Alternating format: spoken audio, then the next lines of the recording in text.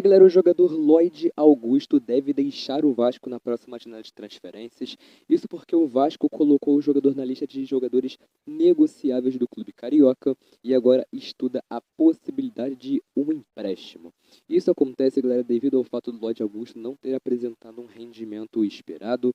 O jogador chegou chegou no Vasco com uma certa expectativa, uma expectativa de titular por parte da diretoria, né?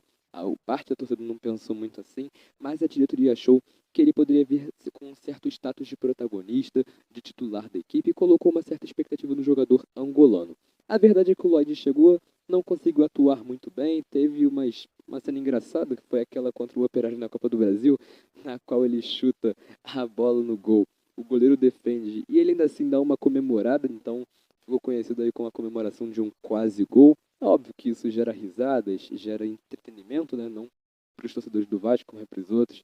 Só que, falando um pouco mais sério, foi um jogador que não rendeu o esperado e o Vasco considera mais emprestar o jogador pelas condições financeiras do que pelo rendimento esportivo. Segundo algumas informações, o jogador recebe cerca de R$ 600 mil por mês e a diretoria vem considerando isso um valor muito alto para o que ele vem apresentando.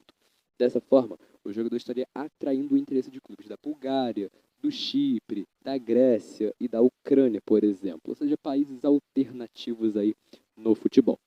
O Vasco também trabalha com duas possibilidades. A primeira de emprestar o jogador pagando os salários ou de emprestar o jogador dividindo os salários com o clube que irá contratá-lo.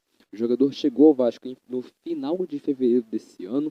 O Vasco pagou, na época, cerca de R$ 9 milhões pela contratação do jogador e o Lloyd tem um contrato com o Vasco até dezembro de 2028, mas o Vasco quer emprestar o jogador para aliviar a folha salarial, já que chegaram novos reforços no Vasco na última janela de transferências, beleza?